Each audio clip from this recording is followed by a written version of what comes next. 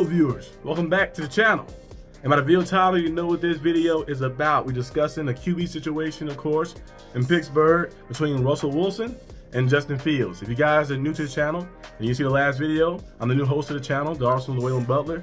You know, you can go subscribe to my channel. I discuss sports on there as well. Talking, of course, all types of sports. You know, basketball, football mainly.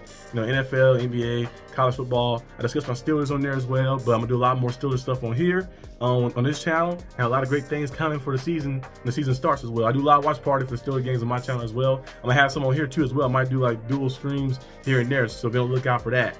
But as you guys know, Russell Wilson has missed 4 straight practices to start off training camp a little bit.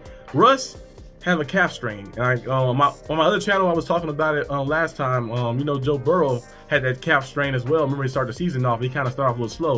You can't plant that back foot to plant that ball and throw that ball, deliver that ball like that to get your power like that. He kind of played bad, you know, early on, and he kind of got into the groove later down the line. So I feel like he rushed his back a little bit. So I feel like Russ should maybe, since he's older as well, should maybe probably take it easy and maybe take the next, like he already took kind of this week off really mostly, and take the next week off, and then the week after that too as well, to let himself get fully rejuvenated and fully healed, and then come back maybe at the end of the preseason, maybe play preseason a few snaps, maybe a drive or two, and then work himself to get ready for the season start, the season opener against the Falcons. But I think Russ missing this became a big opportunity for Justin Fields, because the Steelers knew coming into this training camp that Justin Fields is going to be the second quarterback, getting the second team reps and stuff, so he might not get a lot of opportunities to go out there with some of the number 1 guys out there to play.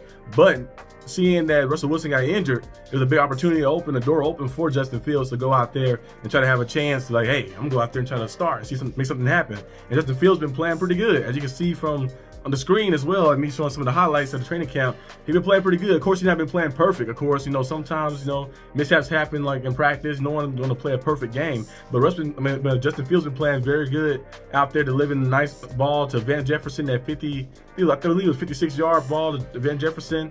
Had a nice throw to Russell Wilson. Put it where only Russell Wilson can get it like that in that tight window, you know, and Russell Wilson made a great catch.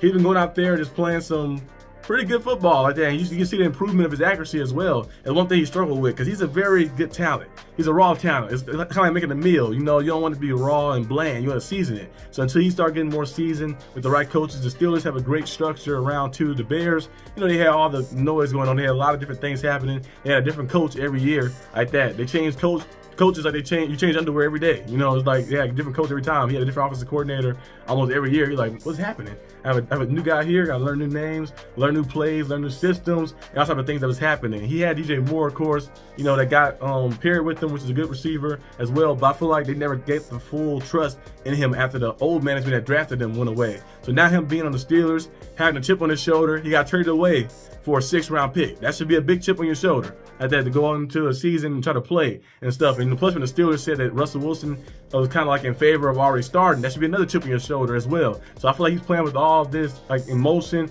and playing with all this energy. He's gonna be coming out there this season to look to, hey, I'm gonna try to look to win it. And the Steelers might go with them. You never know what could happen. We've seen a report that the Steelers said that they have an open mind. They're open mind about this QB1 situation. They say, for instance, Russell Wilson doesn't heal enough time before the first game start. The calf strain can be lingering. Sometimes it can have moments where you like might feel good and you might feel bad, so you might need to stay off of it and just let himself heal up and stuff. But the same instance, Russell Wilson don't be able to come back enough time to play for the Steelers in week 1. Then you'll see Justin Fields out there, and what does Justin Fields ball out? You know, ball out, keep playing. Like, hey, Russ ain't gotta come back in. We just keep Russ on the bench and let Justin Fields be the guy and be our franchise guy for the rest of the future and see what happens. So the Steelers can go either way with it, and that also opens up a lot of like kind of like build some like pressure and put some pressure on Russell Wilson as well, because you're looking like, hey, training camp, everybody has this numbers. There's no names on the back of jerseys at training camp. I don't believe so, because they want people to earn their spot. You're like, okay, I don't care how good you think you are, earn your spot. You got to earn your spot. You're going to earn your name, earn all that stuff. Just kind of like Tom Brady used to say. I think he was like 4 Super Bowls in. He always said like, hey, I always play like somebody gunning for my spot, even though he's a 4-time Super Bowl champion then. And, you know, now he's a 7-time Super Bowl champion. No one was gunning for his spot, of course. No one was going to take his spot, but he had that chip on his shoulder and kept that as motivation. Michael Jordan used to do the same thing. LeBron do the same thing. All the great players you've seen in sports history always do the same thing. You know, some of the great players in our sport, you know, like Palomalu's, James Harrison, especially James Harrison. D.B. Harrison always played a chip on his shoulder. He went out there and played relentlessly. You hear T.J. Watt in his interviews, how he talk about how he plays as well. So some of these great players always had that chip on their shoulder. So I feel like it's going to put some pressure on Russ to go out there when he do get healthy. If he get healthy enough to come back to train, he's going to light a fire and he's going to go out there and compete with Justin Fields and also give Justin Fields some confidence as well. And like, hey, the team liking what I'm doing right now. I'm going to keep it going. I'm going to keep grinding, try to win that first spot and be the starting QB by week 1 to play the Falcons. I believe our first 2 games are the Falcons and Broncos. I think both of those are on the road. So that should be interesting. The Falcons, Arthur Smith, former team. So we got like a little bulletin board material, motivation with that. The Broncos, Russell Wilson's former team. Like, Russ, hey, if you're starting, that chip on your shoulder. They traded you. They'd rather take $37 million in cap hit than to keep you on the team. That's to let you know how they feel about you. So you should take that into consideration and use that as motivation for the season and to keep playing and keep grinding. But I just hope he can come back healthy. We can see a good competition battle and also see him play a few snaps in the preseason game as well. But in my opinion, I believe that most likely Russell Wilson will be the starter. I feel like he'll probably miss maybe a lot of these training camps for this week as well that's coming up. And I feel like he'll come back probably the week after and then probably emerge and go out there and do his things that he always do, the amazing things he do. 10-time Pro Bowler, played in 2 Super Bowls, Super Bowl champion, amazing player, future Hall of Famer type of player.